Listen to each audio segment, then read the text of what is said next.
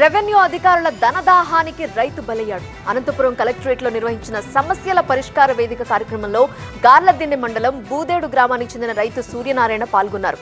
తనకు 1.54 ఎకరాల వ్యవసాయ భూమి ఉందని, దానికి పాస్బుక్ ఇవ్వకుండా అధికారులు వేధిస్తున్నారని, లంచం అడుగుతున్నారని మొరపెట్టుకున్నాడు. ఈ క్రమంలో తనతో తెచ్చుకున్న పురుగుల మందు తాగుతూ ఉండగా పోలీసులు అడ్డుకొని హాస్పిటల్కి తరలించారు. అయితే హాస్పిటల్లో చికిత్స పొందుతూ రైతు సూర్యనారాయణ ప్రాణాలు కోల్పోయాడు.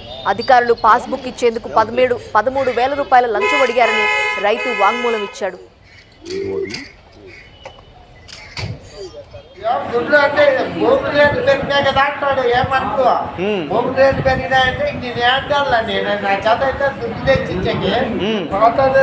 మా తాతల కాలం చూపిస్తుంది 1.54 బూదేడు పొలము గార్లదిన్నె మండలము. రైతు మృతితో గార్లదిన్నెలో విషాదం అలుముకుంది. రెవెన్యూ అధికారుల తీరుపై రైతులు ఆగ్రహం వ్యక్తం చేస్తున్నారు. రైతును వేధించిన అధికారులను కఠినంగా శిక్షించాలని డిమాండ్ చేస్తున్నారు.